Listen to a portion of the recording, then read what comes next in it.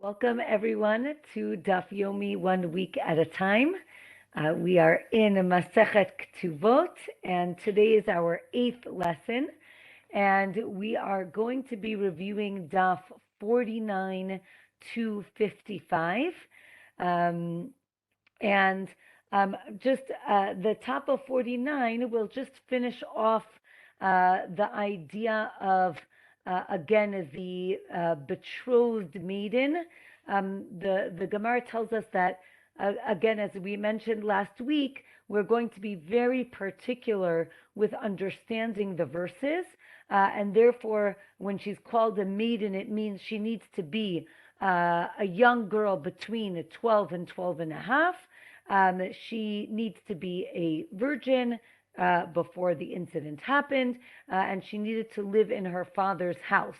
If she already entered her husband's domain, then it is not under the category of the betrothed maiden, and it's something else entirely.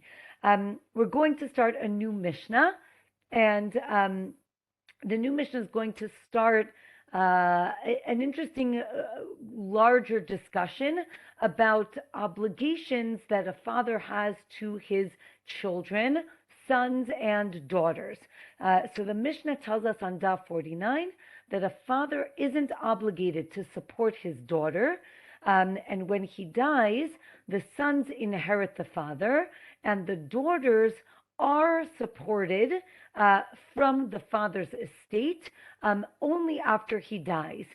This concept of being supported is called mizonot. Again, the word mizonot means food, meaning the father's estate needs to be used in order to feed the daughters. The Gemara says that because the Mishnah says he isn't obligated to support the daughters while he is alive, it seems to imply that he is obligated to support his sons. And then the Gemara continues extrapolating from that statement that it's a mitzvah, meaning it is a very good thing to support the girls, but it's not. He is not obligated to do it. And here the Gemara gets into a whole discussion whether it's a mitzvah, again, whether it's the right thing to do to support the sons and the daughters, or does he not have an obligation at all? From here, we get into a list of decrees that were made in Usha. Usha was a city in the Galilee, in the Galil, in the north of Israel. And for those of you who are interested just in terms of historically and archaeologically, my friend Shuli Mishkin wrote a really nice article on Usha. I think it was last week, because I think she puts them out on Wednesdays. So I think last Wednesday she put out this article about Usha, and it's really fascinating. It's important to understand that till the destruction of the temple, the center of Judaism was in Jerusalem, right? It was very temple-centric, and because the temple was in Jerusalem, so too was the Sanhedrin, the great court. The center of religious life was in Jerusalem. When Jerusalem was destroyed, the center of Jewish life moved to Yavne, right? The very famous idea that they ask for, right? The Tenli Yavne v'chachameha, right? After, right before the destruction of the temple, they ask that they would be able to reestablish or establish a Jewish center in a new place, and that is Yavne. For those of you familiar with Israel, there is actually a modern city called Yavne, and it is based on where Yavne was again, at the destruction of the temple almost 2,000 years ago, a little bit less. And then from Yavne, Shuli actually explains that after the Bar Kokhba rebellions, which was after the destruction of the temple. There was a devastation afterwards, meaning the Bar Kokhba rebellion was defeated, and it basically destroyed the religious center in Yavne, and basically the religious center moves up north for the first time, meaning it's not in Jerusalem, it's not in Yavne, rather it moves up north. From up north, there are various stops along the way where it goes. It's interesting, Shuli described that there's something called Shvil HaSanhedrin, I think it's called, the Sanhedrin's trail, and it basically follows all the steps of the Sanhedrin. Again, the Sanhedrin is the court, what you would call the Supreme Court of the Jewish community, and Usha is basically the first stop in the north. And then it moves around a little bit in the north as well. So she also explains that that at that time, it's after the rebellion is quashed, and therefore there's very harsh economic. There's a lot of economic hardship at the time when we're talking about the time period of Usha, which means people are very, very poor, which really explains our daf, because you'll see that the decrees are really about when there's very little in the father's estate, where does that money go, right? We're not talking about when someone has $1 million and the sons want all of that, and the daughters are left penniless. We're talking about Thank you. we're talking about really people who are extremely, extremely poor, and they don't know how to stretch the $10 amongst 4 children. So that's really what we're discussing. Again, her article on the Hadran website is really very, very interesting. Okay, let's go to the decrees in Usha. So the Gemara on Daf 49 tells us that in Usha, again, here they said, right, a father does need to support the young sons and the daughters, right? Again, it seems to be they have very little money, and it was really hard to support everyone. So in Usha, they said, you need to take care of your children. I know it might not be, an obligation according to Jewish law, but you need to take care of your children. So that was one of the decrees.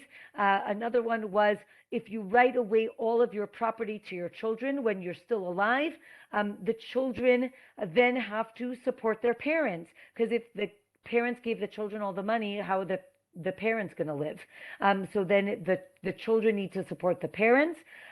If the father dies, the children need to take care of the widow. Don't forget, again, nobody has a lot of money, so the children need to make sure that they take care of the widow. The Daf 50 tells us when giving charity, right, make sure you don't give away too much, because then you're going to be left with nothing. So the Gemara actually here says, don't give more than 1/5 of your wealth to charity. Again, I think it's fascinating. We would think, give away everything, right? That's, be as charitable as possible. The Gemara says, within reason, because if you give away everything, then guess what? You're going to need charity. So now you become a burden on your community. That's not fair. So be very cautious and careful when you're giving charity, meaning obviously think of everybody, but think of yourself as well. If again, as I mentioned, if you give everything away, the community now needs to support you. How is that responsible? Again, since we're talking about, I guess I would say, parenting suggestions, one being, feed your children. The second is, till the child is 12, the Gemara says you should be easy on your child. After 12, you should be much more forceful. Or you can be harsh on your children from age 6. That's when they're starting to learn. You should start teaching at age 6. You should start teaching Chumash, meaning Bible. At 10, you should teach Mishnah. At 13, the child is already able to fast, or at 12 for a girl. And here Again, since we're talking about parenting, maybe skills, the Gemara tells us there are certain antidotes if someone is stung by a scorpion or a bee. Um, what about going to school? The Gemara says it's hard for children under 6 to go to school, but maybe it's good for them if they're advanced. You can send them to school. I think this is just a very interesting conversation. Again, for us, it seems maybe a little bit foreign. I always tell my students when we're talking about honoring your parents, I say, we take it for granted that our parents feed us and clothe us and take care of us. That is not shouldn't be taken for granted, right? And we really see it here in the Gemara that there were times that parents could not take care of their children. For children, they should be very, I think, grateful that their parents do take care of them. And as parents, we should make sure to take care of our children. Okay. Now let's go back to remember we said that a woman comes into a marriage. She might have certain property that she has rights to. What if she sold those properties while her husband was alive? Now, really, he has the rights to those property. If she dies, the husband can go and take those that land back because she really didn't have the right to sell it. It was his, basically. I mean, she had control over it, but really, in essence, it was his. He can take it back after she dies. Again, there's a verse that says that you should give tzedakah, you should give charity at every moment. We just said that's not very smart. So the Gemara explains, what does it mean giving charity every moment? This is when you support your children, right? That is giving charity every moment of the day. Or it might mean to raise orphans, right? Meaning, again, look outside of your home and see who you can help and how to help them. So it says, raising orphans, marrying them off, that would be called giving charity every moment. There's a verse that says that wealth and charity last forever. The Gemara interprets this as learning Torah and then teaching it, right? Teaching your learning is charity. Or maybe it's about writing a Torah scroll and lending it out. So again, you are wealthy and you're giving charity, meaning you have something and you're sharing it. There's a verse that says that having grandchildren brings peace to the world, and that basically it means that the children won't fight over the inheritance. There's someone who is going to inherit. As we mentioned, sons are the ones that inherit the property. But as we mentioned, the daughters are supported from that estate. So it's important to understand that, again, it's not like the Jane Eyre, Jane Austen books where, right, the son got everything and the girls are out on the street. The sons get everything, but they must support their sisters. Okay, we're going to learn a new concept. We'll get to it a little bit later, which is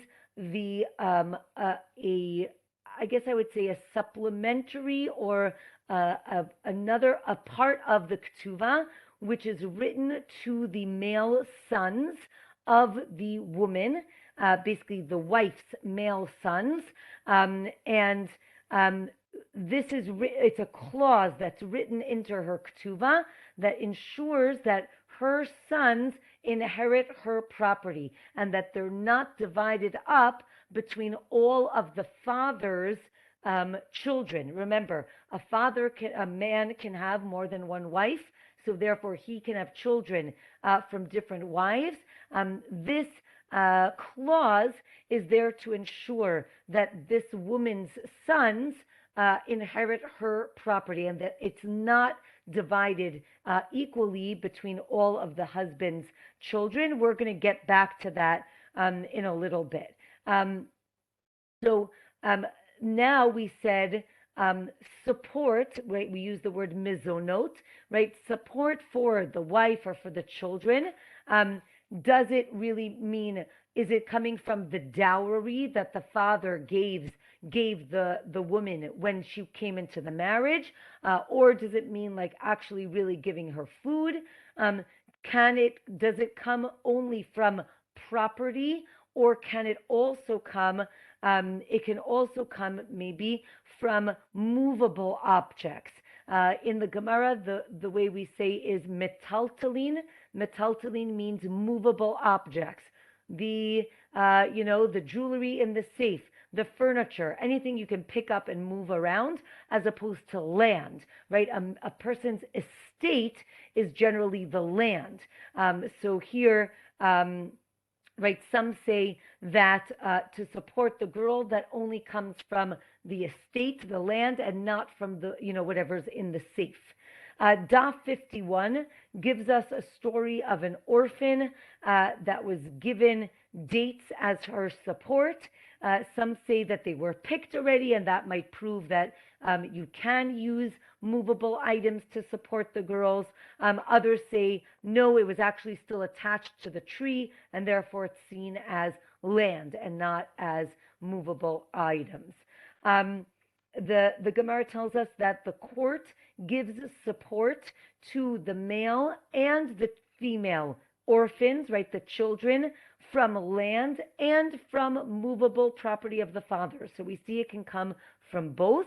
And not only, right, it could be for minors, but also for adults, meaning we want to make sure everybody is taken care of. Or the Gemara says, no, maybe it is only taken from the land and not taken from the movable items. The next Mishnah on Daf 51 tells us, and again, we've seen this before, the Ketubah is always 200 or 100. Remember, we said that is the base value of the Ketubah. And the Gemara says, right, even if they didn't write a Ketubah, if the woman gets divorced or if she's widowed, she is owed that money. Doesn't even need to be written down. All of the man's property is a lien, right? Has a lien. We have a lien on the property for her ketubah, meaning she is protected, right? Even if he decides to sell the property afterwards, they can come and get it back. It is owed to her. Also, we learned last week that the husband needs to redeem the wife, right? If she was taken captive. I wonder, I have to ask my friend Shuli, just historically, we talk a lot about redeeming captives. I wonder if it's something that was very popular in those days, or it just happened every once in a while. But it seems that people were kidnapped and then ransomed. So the husband has an obligation to redeem his wife, even if he didn't write it in the ketubah. Again, as we mentioned last week, there are obligations that he has no matter what, even if it wasn't written explicitly in the ketubah.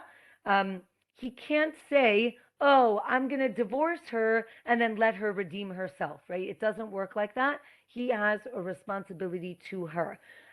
He also has to pay for her medical bills as long as they are married. However, right he can divorce her and say, you support yourself. Like I'm done. Okay. The Gemara explains again. There's a machloket if he has to give her 200 or if she actually has the power to deny it. Right? We say she can mochel. Can she say, I know I have the right to 200, but oh, I love you so much. Don't worry, 100 is fine. Right? Or do we say no? Right? Again, the rabbis really want to protect the woman, and it doesn't matter. It doesn't matter what she says. Doesn't matter what he says. She gets 200 no matter what. That's actually a machloket. Again, if she has the right to give up, right? She, if it's something that is her right, then maybe she has the right to give up that, that right. So the Gemara continues and says that every document has a guarantee, like already written in. Again, as we mentioned, even if it's not written explicitly, or no, you need to write explicitly that, let's say, these lands are in guarantee for the property, and if you don't, then maybe no. Um, the um, we continue to say that there are 5 claims that can be collected from free assets, meaning whatever property the husband had at the time of death, and not from lands that had a lien on them. So it depends what the claim is and where you're going to collect it from. Um, if a woman was if a woman was violated, she can return it to her husband, right? We discussed this previously. As long as she was not, as long as it was not consensual, she can return to her husband, right? Again, if she wasn't forced, then she cannot go back to her husband. If it's consensual, it's seen as having an affair. If a woman has an affair, she cannot go back to her husband. The only exception to this is the wife of a priest, the wife of a Kohen. If she is, even if she's violated, she is not allowed to go back to her husband. And that impacts whether or not the husband has a obligation to redeem his wife, because it seems that it's linked to the fact that she can come back to him. Maybe if she can't come back to him, then maybe he doesn't need to redeem her. That's where the Gemara is going with this. The Gemara says, right, what if a woman was captured by bandits? She can return to her husband, even if she served the bandits, because again, she did that out of fear, and therefore she can return to her husband, and therefore he needs to redeem her. A woman taken by the king in order to be part of a harem, it's like being captive, and therefore he needs to redeem her because she can go back to him. It's against her will, right? And like Achashverosh and his harem. But if she's taken by robbers, then again, it depends what kind of robbers. If she wanted to be married to the robbers, then maybe it was consensual. She can't go back, so then maybe he doesn't need to redeem her. Then the Gemara asks, if it's all about her coming back to him, what if the original relationship was in violation of Jewish law, right? What if we have a high priest, a Kohen Gadol, who was married to a widow? He's not allowed to be married to a widow. So the Gemara says he actually does need to redeem her, even though they were not allowed to be married in the first place. He does need to redeem her. However, if he was married to a woman who's a mamzeret, right? She was what we would call illegitimate, but we say really it means she is the product of a forbidden relationship, right? He is not allowed to be married to her, and he can't, right? She's not allowed to be married to anybody, to anybody that's not of equal status. So he doesn't need to redeem her because, again, he can't bring her back to him. Or, again, as we mentioned, maybe the Kohen Gadol does not need to redeem the widow because he cannot be married to her, so he doesn't need to redeem her.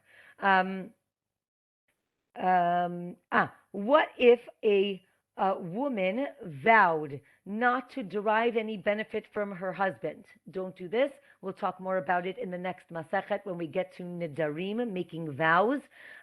Again, it's not clear to me if this is something that was very common or the rabbis are trying to just give us an important lesson. It's the rabbis take vows very seriously, right? So in general, like I really try, and it bothers me when people say, I swear I didn't take it. Don't say that. Don't swear.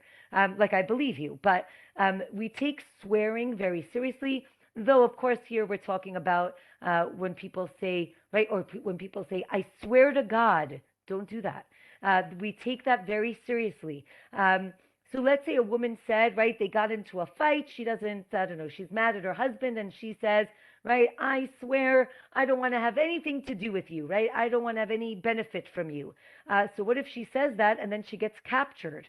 He needs, right? Does he redeem her or not? She just said she didn't want any benefit from him.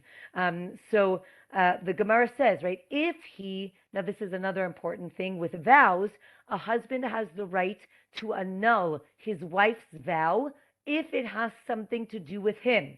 So this is very directly related to him, right? So if he upheld the vow, meaning he didn't annul it, so then um, um, so then maybe he needs to redeem her or no, right? Because she took the vow, he doesn't need to redeem her because that's the vow that she took. Let's say he took the vow, he still needs to redeem her because at the beginning of the marriage, and I think this is again very cool, right? At the beginning of the marriage, he had certain responsibilities. You can't, like 2 years later, um, change the rules, right? When she came into the marriage, she had the right of being redeemed. Therefore, even if he takes a vow later on, he still needs to redeem her.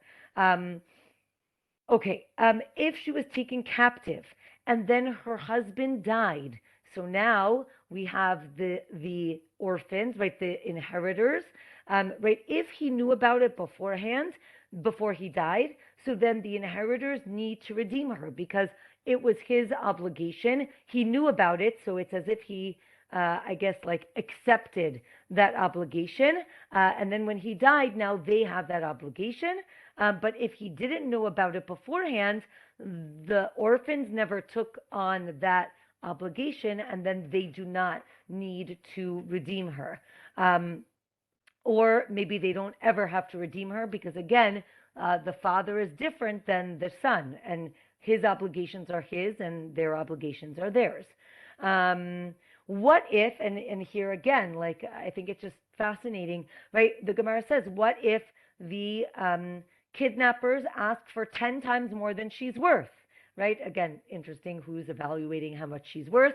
But right, if they say, give us $10 million, and he's like, what do you mean? She's only worth $1 million. Right? What happens? So the Gemara says, if it's the first time that she was kidnapped, he needs to redeem her, right? That's his obligation. Afterwards, right, if she's kidnapped again, I guess they're living in a really dangerous place, right, then he does not need to redeem her again. Or no, says the Gemara, maybe you never pay more than market value. Regular kidnappers took $1 million, so $10 million, way too much. Right, again, there's an idea, the Gemara says, because of tikkun olam. Right, tikkun olam means making the world a better place. I would translate that as we don't negotiate with terrorists. If everybody's going to pay $10 million, they're going to keep kidnapping those Jewish children because, or whatever, the wives, because you keep paying. So the Gemara says maybe don't pay the $10 million. Just interesting in terms of obligations versus like how the world works. Okay. As we mentioned, right, the husband has the obligation to support his wife. What about the orphans, right? When the husband dies, now the inheritors need to pay for the woman's food, again, support her, what we called mizonot, and her medical doctor's bills, right? They need to take care of the widow, or maybe she was supposed to get a ketubah, so she gets 200 zuz, you get that, and now support yourself, they could say. So again, here it depends on how they decide that she will get supported. Okay, the next Mishnah on Daf 42 is what I mentioned before, the clause in the ketuvah that protects the woman's children. This is called in Aramaic, it's called Ketuvat Banin Dichrin. Banin meaning children. Dichrin means like Zachar, Zacharim, the male children. So as we mentioned, this makes sure that, again, daughters are not going to inherit. they get supported, but the sons are going to inherit. We want to make sure that the woman's sons inherit her solely, and that it doesn't get divided up between all the other children that the father had. Um, so um, this is usually written into the Ketubah, and here the Mishnah says even if you didn't write it into the Ketubah, he's still obligated to do it, which is interesting. So then why do you need to write it? But okay, the Mishnah seems to imply even if it's not written down, it's a right that the mother's children do inherit her. The girls can stay in the house, and as we mentioned before, they are supported by the estate. And again, even if he didn't write it in the Ketubah, this still happens. It's an obligation that we would say doesn't need to be explicit. It's known that that is happening. The widow can stay in the house and be supported. And the Mishnah says that they used to write this in Jerusalem and in the north. In Yehuda, in Judah, they used to write that if the children say to her, we're going to give you the Ketubah and now you're out of here, right? Like our father owed you X, we're going to give you X amount of money and now we're kicking you out of the house.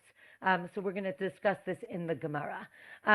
As we mentioned before, the Ketuvat Banin Dichrin, even though it says that it's for the male children, it's really protecting girls.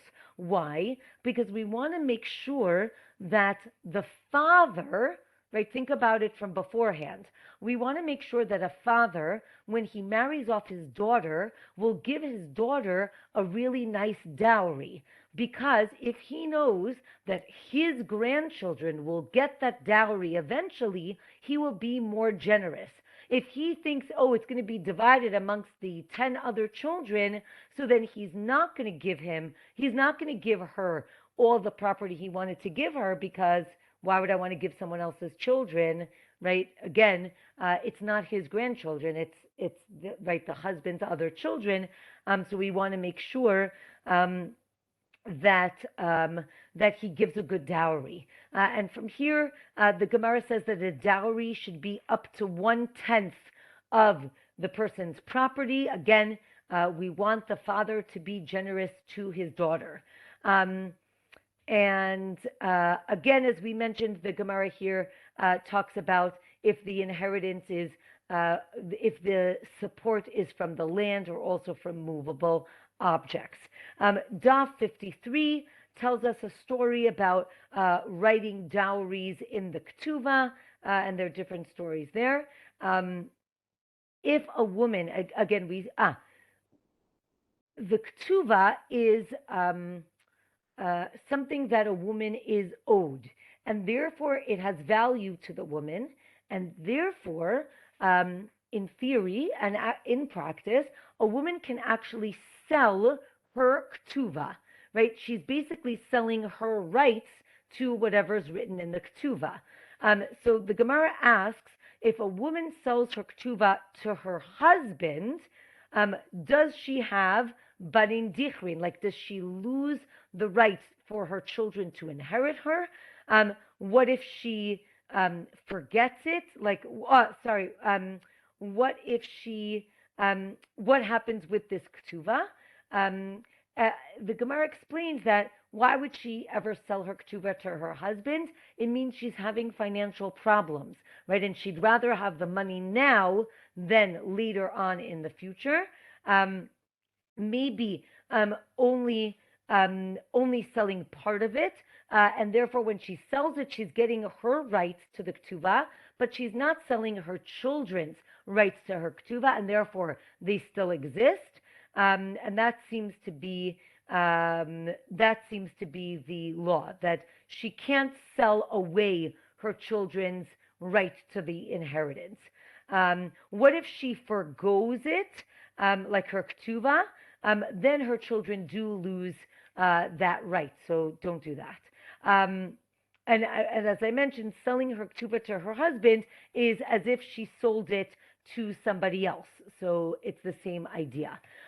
If a woman remarries thinking, remember, this is a flashback to Yivamot, right? Remember, what if the husband went overseas? She thought he died. One witness comes and says he died. She gets remarried. Now the husband comes back.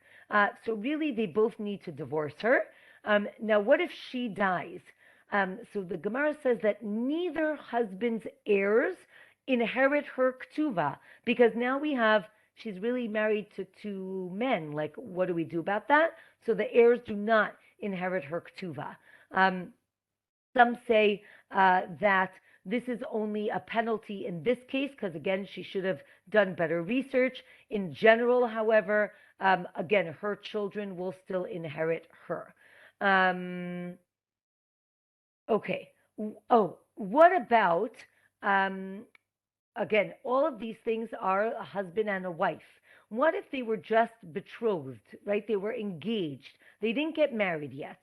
So the Gemara says that when the fiance dies, when the girl dies, he doesn't have the obligation to bury her because they weren't married yet. And therefore, maybe there's no ktuva either, right? Maybe there is no ktuva paid. So the Gemara says that, again, the daughters are fed till they get married. Okay. Next case. Again, we had a father died. They left. There was sons and daughters. The daughters are supported till they get married. Meaning, once they get married, the idea is that they're moving out of the house, and therefore they're no longer supported. Or maybe they're only supported till they become adults. Right? Once they become adults, let them go get a job and support themselves. Or maybe till they get engaged. Right? So we see three different options in terms of how long they need to be supported. So now the Gemara asks 5 different cases of women who are, again, I would say of kind of in limbo, like questionable status, right? So far we've done single, engaged, married. What about what the Gemara says? What if it's a young girl who was married off and then she refused that husband? Remember, it was called mi'un. She had the right to refuse that husband. Now she goes back to the father's estate, right? Does she get supported by the father's estate, right? Some say yes because she's going back home. Some say no, she already got married, so she doesn't get supported. Again, all of these are going to end with the word teku, right? Teku means we're not sure we're not sure what the answer is, and we're basically waiting till Elijah the prophet comes and tells us what the answer is. So it kind of, those of you who like resolution, there is no resolution for the following cases. Okay, next case is the daughter from Yibum, right? She's supposed to get supported, but who is she getting supported from? Her father's estate. Now, if she's the daughter of Yibum, her father is the Yavam, right? The brother, right? Or, right, doesn't she have to get supported from the original husband's estate? So that's the machloket. We don't know whose estate it comes from. Remember, we said really it should come from the first husband, but if there is no money, it comes from the second husband. What about the daughter of a rabbinically forbidden relationship? If you remember, we had something called shniyot, right? Secondary illicit relationships. So what about a daughter from there? Again, it's not biblically forbidden, but it's not okay. Daf 54. What about the daughter of a engaged couple? Again, I think fascinating, right? Again, they were engaged and there's now a daughter. They never got married. Who supports her? right? The mother could get the ketubah, therefore the daughter gets the ketubah, or maybe no, ketubah is for when you're married and the parents never got married. What about the daughter of a woman who was violated? Remember, we said the husband, the violator needs to marry the woman, or right, he is fined, but maybe he doesn't have any other obligations to the daughter, or no, he also has to support the daughter. Okay, uh, that's the end of that conversation, and now we're going to move on. Um, Okay. We said that the children need to support the widow as long as she is living in the house, or they can't kick her out. Right? If she decides to move out, she forfeits her right to support. What if she gets engaged? She does not get supported anymore, right? As long as she can get support from somewhere else, the estate does not need to support her anymore. If she has an affair, or we'll say if she has a relationship, they do not need to support her anymore. What about and as we mentioned in Yehuda, in Judah, in the area of Judah, they could force the widow to take her ketuvah and then right stop supporting her. Right? They say, listen, our father owed you X. We're giving you X amount of money, and see you later. And it seems that there's really a difference of opinion if they had the right to do that or not. And the Gemara discusses different cities in Bavel that did different things, right? Some said it was okay, and some says it was not. Here, again, let's say the estate owes her a certain amount of money.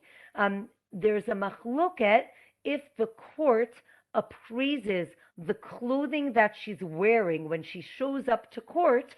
Is that part of the appraisal of how much money she gets, right? So if she comes in a mink coat and she's only owed 200 shekel, the court can say, take your mink coat and have a nice day, right? They don't have to give you anything else. Or no, she was promised a certain amount of money. She's going to get that amount of money as her ketuvah. And with that, we finish the 4th chapter of Masechet Ketubot. Let's continue. The new chapter starts with a Mishnah that says, again, we said till now, the ketubah is 200 or 100. Now we're going to learn the concept of tosefet ketubah. Tosefet means addition, right? If the husband has the right to add to the ketubah, right? He can add, and if she gets divorced or widowed from the marriage or from engagement, she gets both of those things. Or maybe if she's married, she gets both of those things. But if she was only engaged, she gets the base value, but she does not get the tosefet. Right? There seems to be this understanding that the tosefet, the addition, was meant to be after they get married. If they never got married, she doesn't get the tosefet. Here the Mishnah says that a woman can forego half of her ketuvah, but not more, or no, she cannot forego it at all, right? That's a machloket. The Gemara says, you might have thought that you cannot add to a ketuvah. The Gemara says, no, you can, and not only that, but when you add to it, it becomes part of the ketuvah. And here, the Gemara goes through 14 practical applications that show that, let's say, if the woman or the man does something with the ketuvah, it also affects the tosefet, meaning you might think that it's a supplement, like I used the word before. No, it's part and parcel of the entire ketuvah. So, right, if let's say she sells it or she forgoes it, all of it goes, meaning it's all part of the ketuvah, and the Gemara goes through all like 14 different things where, like if she demands her ketuvah, then she gets all of it. If she violates Jewish practices, she loses her ketubah. She also loses the tosefet, meaning everything comes from everything comes together, meaning it's all seen as one big package. The orphans cannot take land that was sold in order to pay the woman's heirs, right? Again, the banin dichrin, it's only for whatever land is free and available at the time of death. The husband, what if a husband declared the movable items for her ketubah, right? In general, the ketubah is paid from land. But what if he says it comes from these movable items? Then she can take those movable items and she doesn't have to take an oath.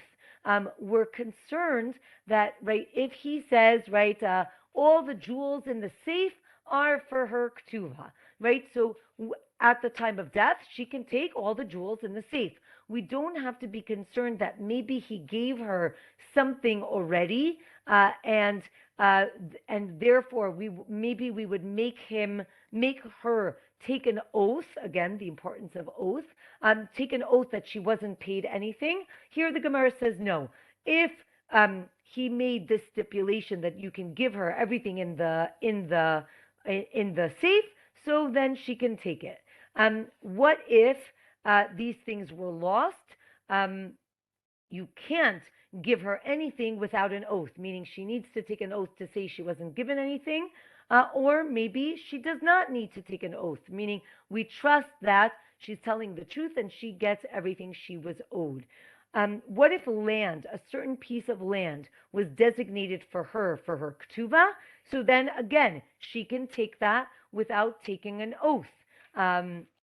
What if someone told witnesses to go and write and sign a document and give land to so-and-so? If they acquired the land at that moment, so then they don't need to check afterwards if the person changed his mind by the time they want to give over the land, because they already acquired it at that time. But if they didn't acquire it, so then there's a machloket if they need to go back and check that he didn't change his mind in the end. And the Gemara says the law is that they need to go back and check to see if he changed his mind. There's a machloket, again, as I mentioned before, if she gets the tosefet, the addition, if they were only engaged. And here, there's an important word. It's in Aramaic. The word is umdina. Umdina means an evaluation of a situation, right? Can I make certain assumptions? If I can make certain assumptions, we're going to go according to those assumptions, unless we prove otherwise. So here the Gemara says that we have a machloket if we go according to umdina, right? Do we assume certain things, or no, we have to check exactly what his intentions were. And here we have another concept. In Hebrew, the term is a person is a shchiv mira. It means that a person is on their deathbed. When a person is on their deathbed, Jewish law gives them certain power. It means that anything they say is taken at face value, right? Even if they don't write it down, even if it's not notarized, if a person on their deathbed says, give $100 to so-and-so and give another $100 to so-and-so, right? We take into account that this person is being very serious because they see the end is coming and they want to get their affairs in order. So there are certain dispensations that the Jewish law gives a person on their deathbed. Again, there's different ways to define on their deathbed, right? Does it mean they have a chronic illness? Does it mean they have a week to go? Does it mean it's within hours, right? So that's a discussion in the halacha. But again, the overall concept is that if a shchiv meira, if a person is on their deathbed, they only need to say something, and we do it, right? We take it at face value. And here we'll end with a story of a man who tells, the people at his deathbed to do something, and then he makes them take a kinyan. He makes them like acquire it as well, and that seems to be contradictory, right? If he's on his deathbed, he doesn't have to do anything after that. And then the question is, how do we see this case, right? And it seems that everybody follows the evaluation of the situation, the umdana, right? The idea is that we assume he meant to give these things away, and therefore we see it as it was given away as a gift or whatever he was trying to do. And the Gemara ends at the top of 56, saying that the law is that we follow Rabbi Elazar ben Azariah, that the woman who was only engaged also gets the additions to her ketubah if they again get divorced, or if she is widowed, she does get everything. And it seems that they voted on this, and they determined that is the law, that she gets it when she gets divorced or widowed from marriage, and even from engagement. And with that, we finished this week's daf. Everyone should have a wonderful week, and see you next week. Be'ezrat Hashem. Thank you, everyone. Thank you. Thank you, Rabbi.